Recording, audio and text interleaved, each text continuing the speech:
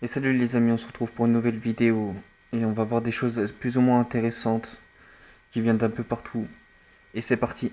Le Japon vient de créer du sang artificiel universel qui fonctionne pour tous les groupes sanguins, et cette avancée pourrait tout changer. Aujourd'hui, chacun a un groupe sanguin bien précis, A, B, AB ou O, avec un facteur Rhésus positif ou négatif. Ces différences sont invisibles mais cruciales, car une transfusion incompatible peut être fatale. Les chercheurs japonais ont donc imaginé une solution, un sang artificiel universel. Le sang classique se conserve 42 jours. Ils ont récupéré des poches périmées pour en extraire l'hémoglobine, la protéine qui transporte l'oxygène dans les globules rouges. Ils ont ensuite enveloppé cette hémoglobine dans une membrane artificielle spéciale, sans marqueur de groupe sanguin. Résultat, des cellules sanguines synthétiques que le corps ne reconnaît ni comme A, B, AB ou O. Et mieux encore, ce sang artificiel pourrait être stocké jusqu'à 2 ans à température ambiante. Un premier essai sur des volontaires a été concluant et un test à plus grande échelle est en cours. Si tout va bien, ce sang pourrait être utilisé dès 2030 dans les hôpitaux, sur les zones de guerre ou lors de catastrophes. C'est fou ce qu'on peut faire quand même avec les nouvelles technologies de nos jours. À vrai, ouais. Va faire un tour sur le dark web et tu verras qu'en 3 minutes, tu vas avoir des images que tu n'oublieras jamais. Par pitié les gars, n'allez jamais sur le dark web, n'allez jamais sur le dark web, j'ai fait cette erreur il y a pas longtemps, s'il vous plaît, n'y retournez jamais. Je sais qu'on est en Big 2025 et que tous les humains savent ce qu'est le dark web, mais est-ce que vous savez vraiment pour de vrai ce qu'il y a dans le dark web? Bref, cet iceberg, je pense que vous le connaissez. En gros, le dark web, c'est vraiment les tréfonds d'internet, encore pire que le deep web. En gros, le deep web, c'est là où vous pourrez acheter de la drogue, des armes, tout ça.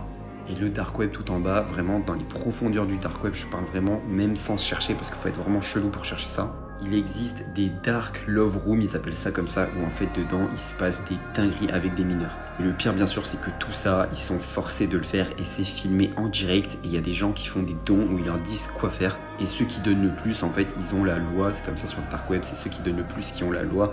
Et en fait ils leur ordonnent de faire des choses aux mineurs et eux ils sont obligés de le faire. Tout ça, ça existe, tout ça en 2025, il y a plein de gens qui le savent pas et ça existe bel et bien dans les profondeurs du dark web. J'ai déjà entendu parler de ces choses horribles, mais de mes yeux, j'y ai pas vu et très franchement, je sais pas si j'aurais voulu y voir. Dites-moi vous en commentaire si vous êtes le genre à aller regarder ça. Moi personnellement, c'est pas mon cas. Des structures internes. Je ne suis pas musulman, mais vous nous avez caché quelque chose. Il y a quelque chose dans le livre du Coran, dans le livre sacré. Est-il réellement sacré? En tout cas, une IA nous dit une vérité. Et cette vidéo, tout le monde devrait la regarder. Parce que là, c'est même plus choquant. C'est très troublant. Est-ce que c'est juste un livre ancien parmi tant d'autres? Ou est-ce qu'il y a vraiment quelque chose de différent? Pendant des siècles, on a entendu tout et son contraire. Mais aujourd'hui, on a un outil complètement nouveau pour y réfléchir, c'est l'intelligence artificielle. Et devine quoi? L'intelligence artificielle, elle lit, elle compte, elle compare. Mais surtout, elle n'a pas de parti pris. Alors je me suis dit, si on lui confiait le Coran, si elle analysait ce texte mot par mot, sans émotion, sans foi, sans filtre, et qu'elle me dise juste, hey, voilà ce que j'ai trouvé. Je vais être honnête avec toi, ce que j'ai découvert m'a scotché. Et c'est exactement pour ça que je fais cette vidéo. L'intelligence artificielle comme ChatGPT peut lire le Coran en arabe dans sa version originale, sans biais de traduction. Le Coran, c'est un texte vieux de plus de 1400 ans, révélé oralement, fragment par fragment, sur 23 années. Pas de manuscrit structuré, pas de relecture finale, pas d'ordinateur ou de correcteur automatique. Et pourtant, il est resté intact, mot pour mot, récité par cœur, appris dans le monde entier des générations durant. Mais ce qui m'a le plus surpris, c'est que certaines personnes affirment depuis des années que le Coran cacherait des structures internes, des schémas invisibles que seuls les chiffres peuvent révéler, des équilibres numériques impossibles à inventer sans technologie. Alors j'ai tenté moi-même l'expérience. J'ai demandé à plusieurs intelligences artificielles d'analyser le texte en arabe, à la source, sans passer par de la traduction, et de compter certains mots-clés. L'objectif, c'était de voir si les fameuses structures numériques étaient réelles ou si c'était juste des légendes. Et là, bam, l'IA me sort des résultats fous. Des mots opposés qui apparaissent exactement le même nombre de fois. Des thèmes récurrents, parfaitement équilibrés. Et même des notions spirituelles alignées sur des cycles naturels. Le plus étonnant, c'est que l'IA elle-même m'a dit les probabilités que ce soit un pur hasard sont extrêmement faibles. Et là, je me suis dit, ok, on va creuser ça. Tu veux des exemples? Accroche-toi. D'abord, le temps est littéralement inscrit dans le texte. On va commencer par cet exemple simple, basique. Écoutez Mais quand bien. même incroyable. Le mot jour apparaît 365 fois dans le Coran, une fois pour chaque jour de l'année. Et le mot mois, 12 fois, comme dans notre calendrier solaire. Mais attends, c'est pas fini. Voici des paires parfaitement équilibrées. Le mot vie et le mot mort apparaissent 145 fois chacun. Ange et démon apparaissent 88 fois. Cette vie et l'au-delà apparaissent 115 fois chacun. Le mot paradis, lui, apparaît 77 fois, et le mot enfer, 77 fois aussi. Les mots homme et femme apparaissent 24 fois chacun, et ces mots sont dispersés partout dans le Coran. Pas côte à côte, pas dans les mêmes chapitres, mais au final, le compte est exact. C'est comme si chaque mot avait été placé à sa place exacte, sans jamais déséquilibrer le reste. Et vraiment, ce texte n'a jamais été modifié, c'est le même depuis 1400 ans. Maintenant, si on prend un autre exemple, avec Jésus et Adam, c'est le miroir parfait. Écoutez bien là. Dans la sourate 3, verset 59, le Coran dit « Pour Dieu, Jésus est comme Adam. Il l'a créé de poussière. » Ce verset établit une comparaison directe entre les deux. Jésus n'est pas décrit comme un être divin, mais comme une création de Dieu, tout comme Adam avant lui. Et là, un détail m'a frappé. Dans tout le Coran, le nom de Jésus est cité 25 fois. Et Adam, aussi 25 fois. Pas 24, pas 26, 25 tout pile.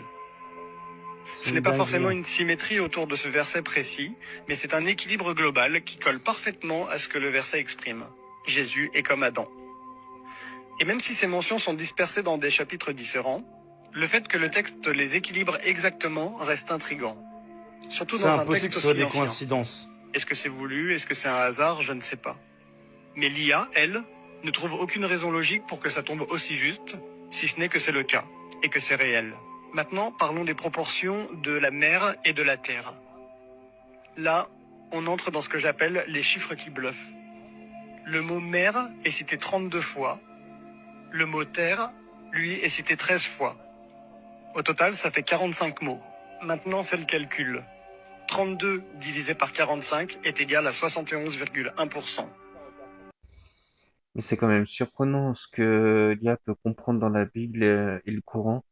Et c'est quand même vraiment, vraiment, vraiment surprenant comment ça a été bien pensé pour l'époque que c'était. Parce que ça a été fait quand même pendant l'an 0 et 1400, il me semble, et quelques. Et c'est vachement bien pensé pour leur époque quand même.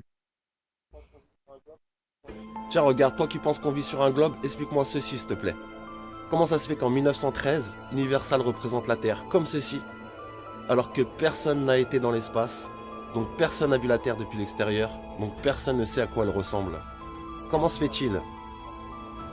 C'est juste la preuve que c'est de la programmation mentale, du MK Ultra, du Mind Control, créé par la CIA. Ils ont ensuite intégré des globes dans les films en subliminal, toujours en arrière-plan. Sur ta table à l'école, t'en avais même une dans ton salon ou dans ta chambre. Et t'étais en train de rêver, et même quand t'étais petit, t'avais un ciel étoilé. Tu vois, c'est de la programmation mentale. Y a pas d'autre mot en fait. Ça se voit, c'est sous nos yeux en fait. Donc voilà, c'est comme ça jusqu'en 2023. Donc voilà, il est temps de se réveiller les gens. En 1913, personne n'avait vu la Terre depuis l'extérieur, donc c'était strictement impossible. Comment ont-ils fait? Voyage astral? Ils sont sortis de leur corps? Et comme tu crois en rien, tu peux pas croire au voyage astral non plus. Donc voilà, explique-moi ça en commentaire. Essaye de trouver des bons arguments cette fois-ci, parce qu'à chaque fois c'est un peu éclaté. Et je te dis à la prochaine. C'est vrai quand même comment ils ont pu faire une forme de planète alors que bah, ils étaient pas allés dans l'espace. Donc comment ils pouvaient savoir ça? C'est vrai que ça pourrait ressembler à une programmation mentale. Après, c'est à vous de juger. Si vous croyez que la Terre est un globe, alors vous êtes perdu dans la matrice et avez succombé à leur programmation. Comment le Soleil pourrait-il avoir un rayon d'environ 700 000 km alors qu'à chaque coucher et à chaque milieu de journée, sa taille change de manière spectaculaire? Si le Soleil était réellement aussi grand, il ne changerait pas ainsi. Le Soleil est une entité locale, et voici exactement comment il fonctionne. Le Nord est le centre de la Terre. C'est le point le plus magnétique du champ électromagnétique terrestre. C'est pour cela qu'on l'appelle le pôle Nord. C'est littéralement un pôle d'énergie électromagnétique. Le Soleil et la Lune tournent autour du pôle Nord magnétique. Toutes les boussoles pointent vers ce point magnétique. Le Sud est n'importe quelle direction partant du centre. L'Est est à droite en tournant autour du centre. Si je me trouve ici et que je vais vers l'Est, je finirai exactement au même endroit. L'Ouest est l'opposé, à gauche autour du centre. Si je pars vers l'Ouest, je ferai un cercle complet et reviendrai à ma position initiale. Voici maintenant comment nous avons les 4 saisons.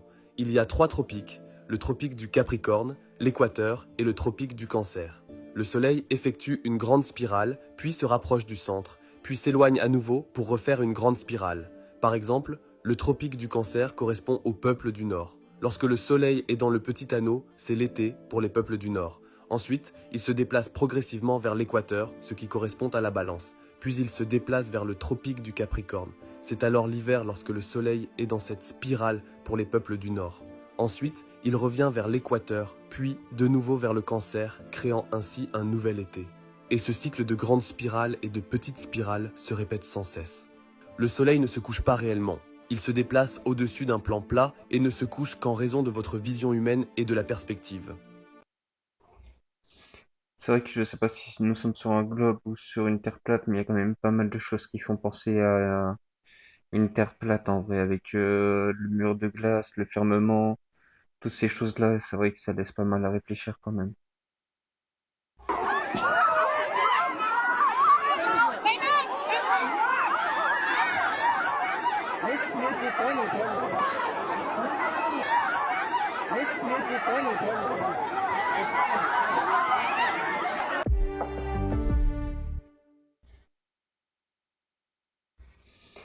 J'avais vu quelque chose qui ressemble à ça au Japon ou en Chine où c'était des drones qu'ils avaient fait, qui s'étaient tombés, qu'ils avaient commencé à mettre au feu aux arbres, etc. Alors là, il me semble que c'était autre chose. C'était une attaque d'un produit chimique, mais je ne sais plus lequel. Et bah, je vous laisserai vous renseigner par vous-même pour voir ce que c'était.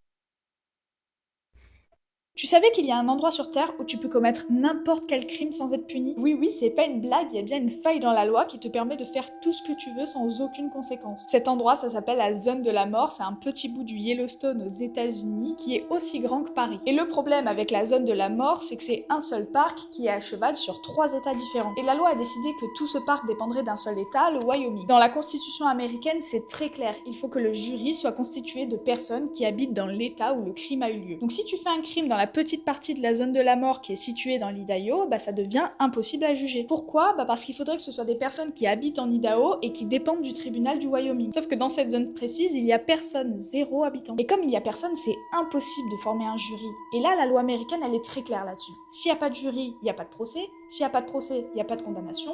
Pas de condamnation, bah l'affaire est classée. Et le plus fou, c'est que ça, on s'en est rendu compte en 2005 et que depuis, bah personne n'a rien fait, ça n'a pas changé. Cette faille, elle existe toujours. Et d'ailleurs, fun fact, ces 20 dernières années, le seul crime qui a été commis, c'est un mec qui a tué un wapiti.